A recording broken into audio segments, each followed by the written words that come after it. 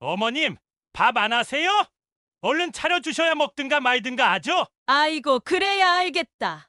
내가 잠깐 깜박 잠들어서 벌써 점심시간인 줄 몰랐구나. 집에서 쓸데없이 누워만 계시지 말고 오늘은 나가서 공병이라도 주워오세요. 돈도 벌고 얼마나 좋아요? 그래, 내일 나가마. 오늘은 정말 몸이 안 좋구나. 어머님, 이렇게 집에서 돈만 축내시면 진짜 진동이에요. 아버님이 어머님의 뭘 보고 같이 사시겠어요?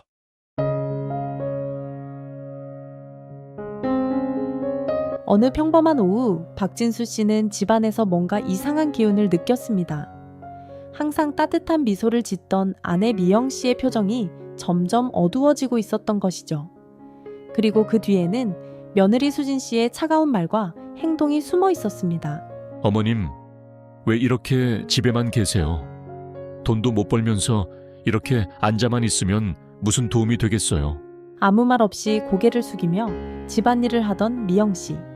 그런데 남편 진수 씨는 이 모든 사실을 전혀 알지 못했습니다. 오늘 여러분께 들려드릴 이야기는 가족이라는 이름 아래 감춰진 비밀과 희생에 관한 이야기입니다.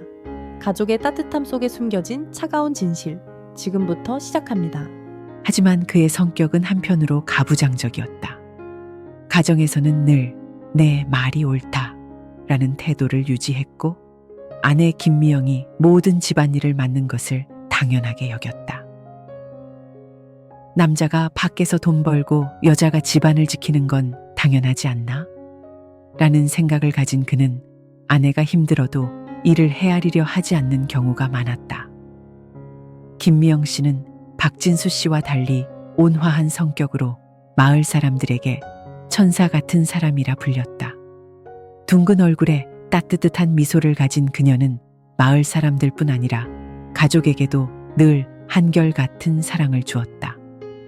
결혼 후 그녀는 자신의 꿈을 내려놓고 가족을 위해 모든 것을 헌신했다. 이런 말을 자주 하던 김미영 씨는 아침마다 남편과 아들을 위해 정성스레 음식을 준비하고 저녁이면 손수 뜨개질로 만든 옷을 내놓으며 가족을 챙겼다. 그러나 그녀의 눈빛에는 어딘가 깊은 외로움이 비치곤 했다. 남편의 가부장적인 태도와 그녀의 끝없는 희생 속에서 그녀는 종종 자신이 한 인간으로 존중받지 못하고 있음을 느꼈다. 박민호는 아버지와 어머니의 자랑이었다. 180cm의 키, 반듯한 이목구비, 그리고 뛰어난 학업 성적까지. 그는 어릴 적부터 동네 사람들에게 공부 잘하는 박신의 아들모로 불렸다. 하지만 민호는 단순히 머리만 좋은 것이 아니라 천성적으로 선한 성품을 지닌 청년이었다. 그러나 민호는 한편으로 세상을 너무 순진하게 보는 경향이 있었다. 특히 인간관계에서 타인을 쉽게 믿고 겉으로 보이는 모습만을 판단하는 그의 성격은 종종 주변 사람들에게 걱정을 안겼다. 부모님은 그가 사람 보는 눈깔을 키우길 바랐지만 민호는 모두가 착하다고 믿고 싶다며 웃곤 했다. 한수진은 민호가 대학 시절 동아리에서 만난 여성으로 마치 영화 속 주인공 같은 외모와 카리스마를 가진 사람이었다. 28세, 갸름한 얼굴형, 긴 머리, 선명한 눈빛을 가진 그녀는 첫인상만으로 사람들을 사로잡았다. 수지는 또한 말을 참 잘했다. 그녀가 말하면 누구나 고개를 끄덕일 정도로 설득력이 있었고 때로는 그 설득력으로 사람들을 감동시키기도 했다. 그러나 수진의 내면은 겉모습과 사뭇 달랐다. 그녀는 항상 비교 의식에 시달렸다. 왜 나는 이렇게 어려운 집에서 태어났을까? 라는 생각은 그녀를 더 강하게 만들었지만 동시에 그녀를 지나치게 계산적이고 욕심 많은 사람으로 만들었다. 수지는 민호와의 결혼을 진심으로 사랑해서가 아니라 그가 가진 배경과 안정적인 생활을 보고 선택했다. 민호의 순진함과 신뢰는 그녀에게는 내가 원하는 것을 얻을 수 있는 기회로 보였다. 겉보기에는 평화로운 이 가족에게도 사실 서서히 다가오는 어두운 그림자가 있었다. 김미영의 외로움은 시간이 갈수록 커지고 있었지만 그녀는 이를 가족에게 털어놓지 않았다. 박진수의 가부장적인 태도는 겉으로 보기엔 아무 문제가 없어 보였지만 아내와의 관계를 점점 멀어지게 만들고 있었다. 수진의 진짜 목적은 누구도 모른 채 가족의 따뜻함 속에 가려지고 있었다. 수진은 민호와의 결혼 후에도 항상 마음속으로 더 높은 곳으로 올라가야 한다. 는 생각을 버리지 못했다. 그녀는 민호의 부모가 가진 재산을 보며 이 정도로는 부족하다고 생각했다. 민호는 그런 그녀를 전적으로 신뢰했기에 그녀의 야망을 눈치채지 못했다. 수지는 민호에게 우리 결혼하면 부모님과 떨어져 살자고 종종 말했지만 민호는 부모님과의 유대가 깊었기 때문에 늘 망설였다. 결국 민호는 부모님과 합가를 선택했고 수지는 이를 받아들였지만 마음속으로는 불만을 품었다. 그녀는 어떻게 하면 부모님의 재산을 내게 유리하게 만들 수 있을까? 를 고민하기 시작했다. 제주도의 어느 흐린 아침, 잔잔했던 가족의 일상이 무너지는 일이 벌어진다.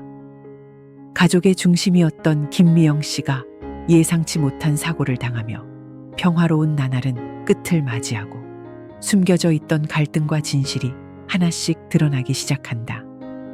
그날 아침은 평소와 다를 것 없었다. 비가 오락가락 내리고 바람은 마을을 휘몰아쳤다. 김미영 씨는 주방에서 아침 식사를 준비하느라 분주했다.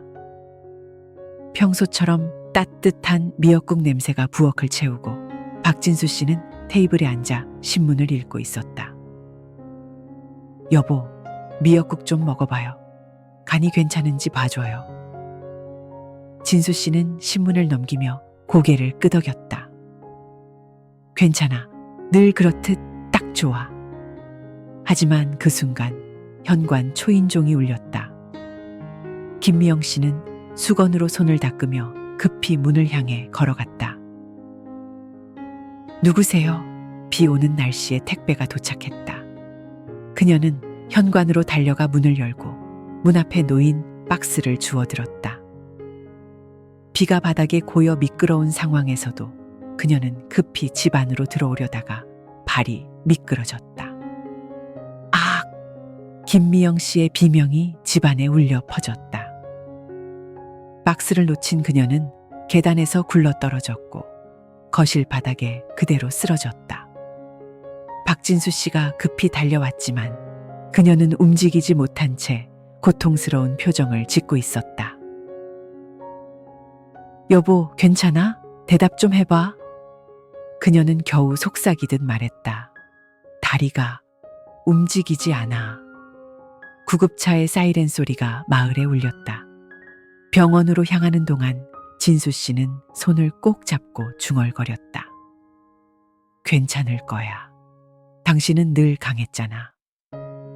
의사들은 그녀의 상태를 확인한 뒤 심각한 표정을 지었다. 김미영 씨는 골반이 심하게 골절되었습니다. 수술이 필요하고 회복에는 시간이 걸릴 겁니다. 이 소식을 들은 박진수 씨의 얼굴은 금세 어두워졌다. 그럼 당분간 걷지도 못한다는 말인가요? 의사는 고개를 끄덕이며 말했다.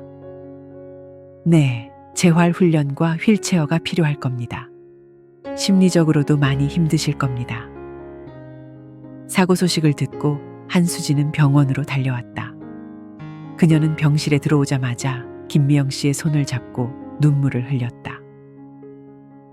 어머님, 어떻게 이런 일이 너무 걱정돼요. 이제 제가 어머님 곁에서 도울게요. 걱정 마세요. 수진의 태도는 누구라도 감동할 만큼 진심 같았다.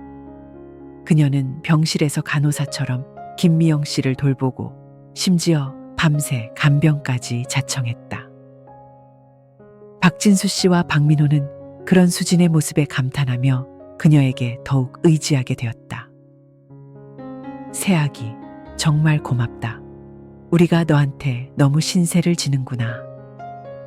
박진수 씨는 고개를 숙이며 말했다. 수지는 미소를 지으며 답했다. 아버님, 가족이잖아요. 당연히 해야 할 일이죠. 이후 수지는 한 가지 제안을 했다. 아버님, 어머님이 병원 생활을 하시기도 힘드시고 재활 치료도 하셔야 하니 차라리 서울로 이사 오시는 게 어떠세요? 제가 회사도 가까우니 어머님을 돌보기가 더 편할 것 같아요. 이 말에 박진수 씨와 박민호는 깊이 고민했다. 결국 가족은 서울로 이사하기로 결정했다. 수진의 헌신적인 모습에 감동한 그들은 그녀에게 더욱 신뢰를 쌓아갔다. 서울로 이사한 뒤 김미영 씨의 삶은 병실과 재활 치료로 채워졌다.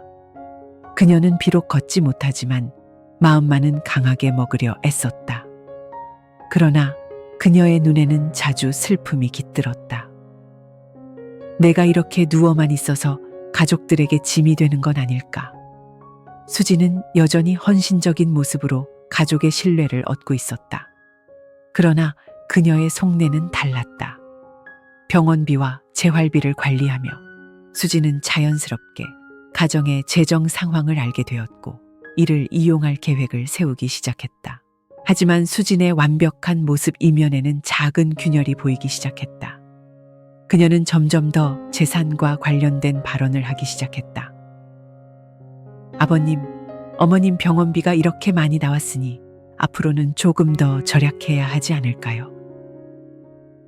우리도 집안 재정을 다시 점검해 봐야 할 것 같아요. 아버님이 하시는 호텔 사업도 가끔 적자가 난다고 들었거든요. 이런 말은 처음에는 가족들에게 큰 문제가 되지 않았다. 모두가 그녀가 가족을 위한 걱정이라고 생각했다. 하지만 시간이 지나며 그녀의 발언은 점점 더 돈에 초점이 맞춰졌다. 시간이 지나면서 박가 가족의 평화는 점점 균열을 드러냈다. 모두가 이상적인 며느리라고 칭송했던 한수진의 모습은 더 이상 가면으로 숨길 수 없을 정도로 점차 드러나기 시작했다. 김미영 씨는 자신의 고통을 가슴 깊이 묻고 버텼지만 결국 진실은 밝혀지기 마련이었다. 서울의 새 집은 넓고 편리했지만 김미영 씨에게는 낯설고 불편했다. 거동이 불편한 그녀는 하루 대부분을 휠체어에 앉아 보내며 창문 밖으로 보이는 풍경을 바라보곤 했다. 서울은 사람도 많고 건물도 많고 그런데 왜 이렇게 쓸쓸하지? 김미영 씨는 자신도 모르게 한숨을 내쉬었다. 그녀는 자신이 가족들에게 짐이 되고 있다는 생각에 자꾸만 마음이 무거워졌다. 수지는 처음에는 헌신적인 모습으로 김미영을 돌봤다.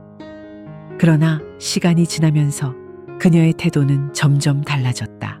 어머님, 아버님이 없으신 동안에는 제가 집안일 다 해야 하잖아요. 어머님은 휠체어 타고 계시니까 그래도 설거지 정도는 해주시면 안 될까요? 수진의 부탁은 사소한 것처럼 들렸지만 김미영 씨에게는 자신의 무력함을 적나라하게 들춰낸 말로 느껴졌다. 그녀는 가슴이 아팠지만 아무 말 없이 설거지를 시작했다. 박진수 씨는 어느 날 아내가 집안일을 하는 모습을 보고 깜짝 놀랐다. 여보, 당신 지금 뭐 하는 거야? 움직이지 말라니까. 김미영 씨는 억지로 미소를 지으며 대답했다. 그냥 가만히 있는 것보다 낫잖아요. 진수 씨는 그 순간 이상한 낌새를 느꼈다. 평소에는 밝고 적극적이었던 아내의 눈빛에 어딘가 모를 불안과 우울이 스며 있었다. 그는 이를 그냥 넘길 수 없었다. 며칠 후 박진수 씨는 우연히 아내와 며느리의 대화를 엿듣게 되었다. 어머님, 오늘은 밖에 좀 나가서 산책이라도 하세요. 집안에만 계시면 답답하잖아요. 오늘은 좀 힘들 것 같은데 힘들다고 누워만 계시면 몸이 더 나빠져요. 저번에도 의사 선생님이 걷는 게 중요하다고 하셨잖아요. 밖에 나가서 공병이라도 주워 오세요. 그냥 걸으시는 것보다 낫잖아요. 이 말을 들은 박진수 씨는 가슴이 덜컥 내려앉았다. 수진이 항상 따뜻하고 헌신적인 며느리로 보였지만 그녀의 말투와 태도는 김미영을 압박하고 있었다. 진수 씨는 아내의 고통이 단순한 재활의 어려움이 아니라고 확신했다. 그는 아내에게 물었지만 김미영 씨는 별일 아니다 라며 대답을 피했다. 결국 그는 몰래 녹음기를 사서 집안 구석에 설치했다. 아내가 혼자 있는 동안 무슨 일이 벌어지는지 알아보기 위해서였다. 며칠 후 녹음된 내용을 들은 진수 씨는 차마 믿을 수 없는 말들이 이어지는 것을 들었다. 어머님, 집에만 계시지 말고 좀 나가세요. 여기 집안일 하는 것도 저 혼자 다 하잖아요. 어머님이 이렇게 누워만 계시면 아버님도 얼마나 답답하시겠어요. 공병이라도 주워 팔아보세요. 그러면 운동도 되고 돈도 생기고 얼마나 좋아요. 녹음된 목소리 속에서 수지는 김미영을 집안의 짐으로 취급하며 그녀에게 모욕적인 말을 쏟아냈다. 그날 밤 박진수 씨는 아내에게 녹음 내용을 들려주며 물었다. 당신 왜 나한테 말을 안 했어? 왜 이렇게 혼자 참고만 있었냐고? 김미영 씨는 눈물을 흘리며 대답했다. 애들 행복하게 살려고 참고 있었어. 민호가 이 사실을 알면 얼마나 힘들어할지 뻔하잖아. 그녀는 자식의 행복을 위해 자신의 고통을 묻어두었던 것이다. 하지만 그녀의 마음은 이미 무너질 대로 무너져 있었다. 박진수 씨는 더 이상 참을 수 없었다. 그는 저녁 식사 자리에서 수진을 불러 모든 녹음 내용을 틀었다. 이게 다 내 목소리다. 너 우리 집에서 뭘 하고 있었던 거냐? 수진은 처음에는 당황했지만 곧 태연하게 대답했다. 아버님, 제가 뭐 틀린 말 한 건 없잖아요. 어머님도 스스로 더 노력하셔야죠. 이 말을 들은 박민호는 충격에 빠졌다. 수진아, 네가 이런 사람이었어? 우리 엄마한테 이런 말들을 했단 말이야. 수진은 끝까지 자신을 변호하려 했지만 박진수와 김미영 그리고 박민호의 눈빛은 이미 차갑게 식어 있었다. 한동안 억눌린 채 감춰졌던 진실이 드디어 수면 위로 떠오르며 평화롭던 가족의 삶에 폭풍이 휘몰아친다. 김미영 씨를 둘러싼 학대의 증거가 드러나고 한수진의 이중적인 모습이 적나라하게 밝혀지며 가족 간의 갈등은 최고조에 달한다. 박진수 씨는 더 이상 침묵할 수 없었다. 아내의 고통과 자신을 속여온 며느리의 행동을 직접 마주할 시간이 다가왔다. 그는 자신의 책상 위에 놓인 녹음기를 한참 동안 응시하며 깊은 한숨을 내쉬었다. 여보, 이대로 더는 안 돼. 우리 이 문제를 끝내야 해. 김미영 씨는 고개를 숙이며 떨리는 목소리로 말했다. 진수 씨, 민호가 상처받을까봐 너무 걱정돼요. 우리 아들은 몰랐으면 좋겠어요. 하지만 진수 씨는 단호했다. 민호는 알아야 해. 그래야 우리 가정을 바로 세울 수 있어. 내가 더는 참지 않을 거야. 주말 저녁 가족 모두가 한자리에 모였다. 박민호와 한수진은 평소처럼 다정한 분위기로 거실 소파에 앉아 있었고 박진수는 고요히 식탁에 앉아 그들을 지켜보고 있었다. 민호야, 수진아, 잠시 이야기 좀 하자. 그의 목소리는 평소와 달랐다. 무언가 심각한 이야기가 오갈 것임을 예감한 민호는 긴장된 얼굴로 고개를 끄덕였다. 아버님, 무슨 일이세요? 수진은 여전히 태연한 미소를 지었다. 진수 씨는 아무 말 없이 녹음기를 꺼내 재생 버튼을 눌렀다. 녹음기에서 흘러나오는 수진의 목소리는 거실을 가득 채웠다. 어머님, 집에서 이렇게 누워만 계시면 뭐해요? 조금이라도 생산적으로 움직이셔야죠. 공병이라도 주우러 나가세요. 그게 운동도 되고 돈도 벌고 얼마나 좋아요. 아버님이 어머님을 왜 이렇게까지 돌보시는지 모르겠어요. 정말 이해가 안 돼요. 순간 거실의 공기가 얼어붙었다. 박민호는 눈이 휘둥그레지며 입을 벌린 채 녹음기에서 흘러나오는 말을 듣고 있었다. 반면 수진의 얼굴은 순식간에 창백해졌다. 아버님, 이게 뭐예요? 설마. 수진은 동요하며 말을 더듬었다. 박진수 씨는 굳은 표정으로 그녀를 바라보며 말했다. 내 목소리 맞지 않냐? 우리 미영이를 이렇게 대하는데 네가 진심으로 가족을 생각하고 있다고 믿으라고. 수지는 급히 태도를 바꾸며 말했다. 아버님, 제 말은 그런 뜻이 아니었어요. 어머님을 더 빨리 회복시키고 싶어서 한 말이에요. 박민호가 입을 열었다. 수진아, 정말이야. 네가 엄마한테 이런 말을 했단 말이야. 네가 이렇게까지 했다니. 수지는 그의 손을 잡으려 했지만 민호는 그녀의 손을 밀쳐냈다. 당신 믿었는데 엄마를 그렇게 대하다니. 그 순간 방에서 조용히 있던 김미영 씨가 휠체어를 타고 거실로 나왔다. 그녀는 흔들리는 목소리로 말했다. 민호야, 네 아버지가 사실을 밝히지 않았으면 나도 그냥 참으려고 했어. 네 행복을 위해서. 그러나 그녀는 떨리는 손으로 녹음기를 가리키며 덧붙였다. 이건 그냥 한두 번의 일이 아니야.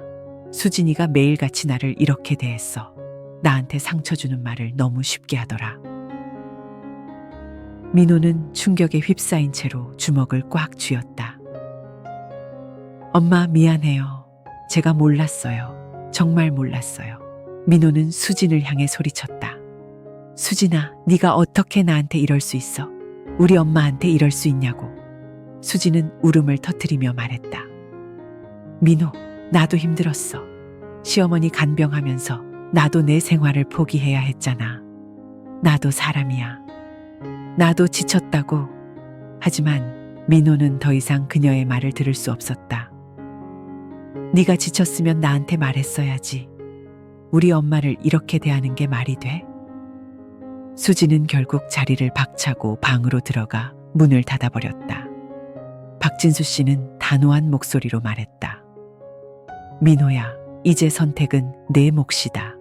하지만 한 가지는 확실하다.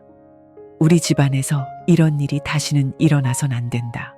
폭풍이 지나간 자리에는 깊은 상처가 남았다.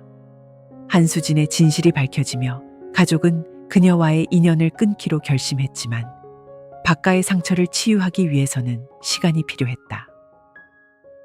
갈등과 배신의 그림자 속에서도 박가 가족은 새로운 시작을 향한 발걸음을 내딛기 시작한다. 한수진이 집을 떠난 후 박가의 집안에는 깊은 정적이 흘렀다. 김미영 씨는 여전히 휠체어를 타고 생활해야 했지만 마음속에 큰 짐을 내려놓은 듯했다. 여보, 이제 정말 괜찮으세요? 박진수 씨는 아내를 바라보며 걱정스러운 얼굴로 물었다. 김미영 씨는 미소를 지으며 대답했다. 아직 몸은 아프지만 마음은 좀 편해졌어요. 그래도 민호가 옆에 있어서 다행이에요. 박진수 씨는 아내의 손을 꼭 잡으며 말했다. 내가 이제부터 당신을 더 잘 챙길게. 그동안 너무 많이 힘들게 했어. 박민호는 한수진과의 결혼 생활이 끝난 후 큰 충격을 받았다. 그는 사랑했던 아내의 본 모습을 받아들이는데 어려움을 겪으며 한동안 회사 일에도 집중하지 못했다. 민호야, 괜찮아.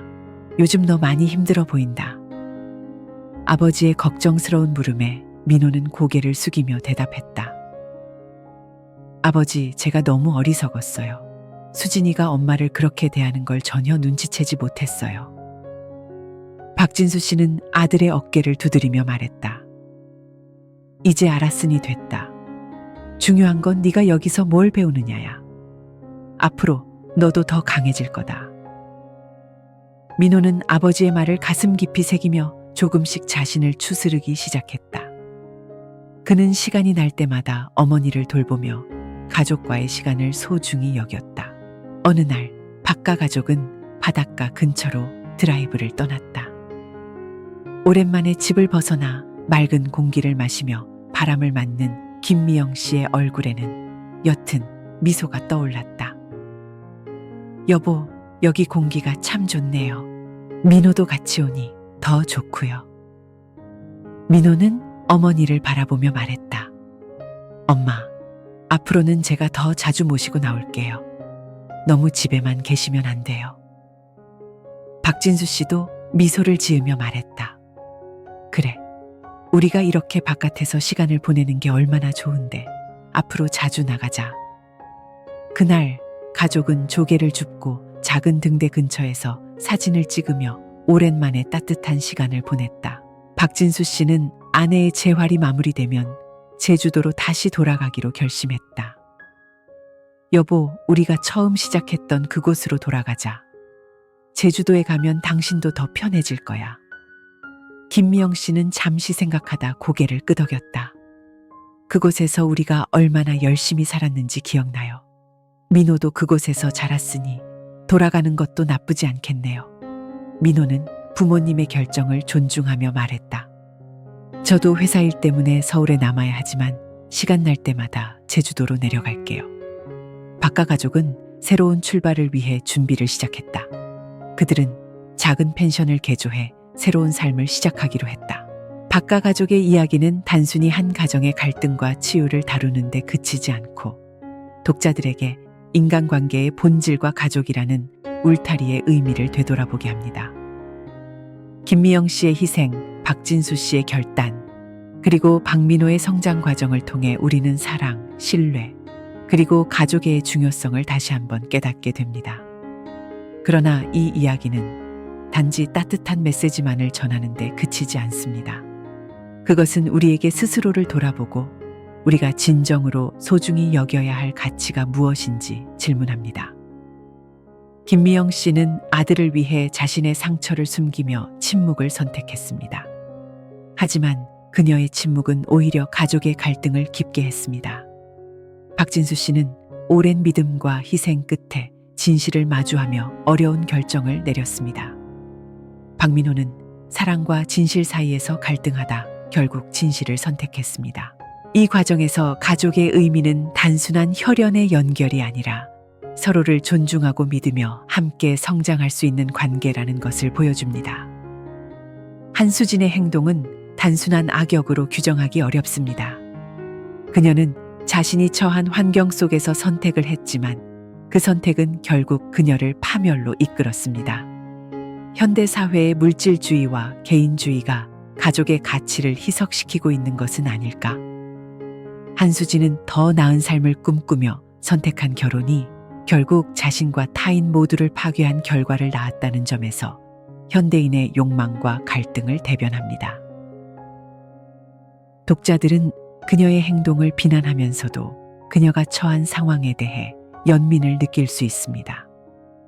이 이야기는 결국 인간관계에서 가장 중요한 것은 진실과 신뢰라는 점을 강조합니다.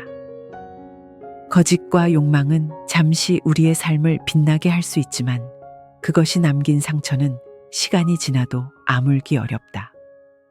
가족이라는 이름으로 묶여 있지만 진정한 가족이 되기 위해서는 서로를 이해하고 아픔을 나눌 수 있어야 한다. 박가 가족의 이야기는 독자들에게 말합니다. 때로는 갈등이 필요할 수도 있습니다. 그러나 그 갈등을 해결하는 방법이 우리의 삶을 결정짓습니다. 진실을 마주하고 서로를 치유할 때 비로소 우리는 더 나은 내일을 맞이할 수 있습니다. 독자들에게 전하는 마무리 메시지. 여러분의 가족은 어떤가요? 우리가 사랑하는 사람들에게 더 나은 사람이 되기 위해 노력하고 있나요? 혹시 무심코 던진 말과 행동으로 누군가에게 상처를 주고 있지는 않나요? 이 이야기를 통해 우리가 사랑하는 사람들과의 관계를 다시 한번 돌아보고 더 진실되고 따뜻한 관계를 만들어 가길 바랍니다. 댓글을 통해 여러분의 생각을 공유하고 더 많은 사람들과 공감할 수 있기를 기대합니다. 구독과 좋아요는 힘이 됩니다. 여러분의 이야기를 기다립니다. 감사합니다.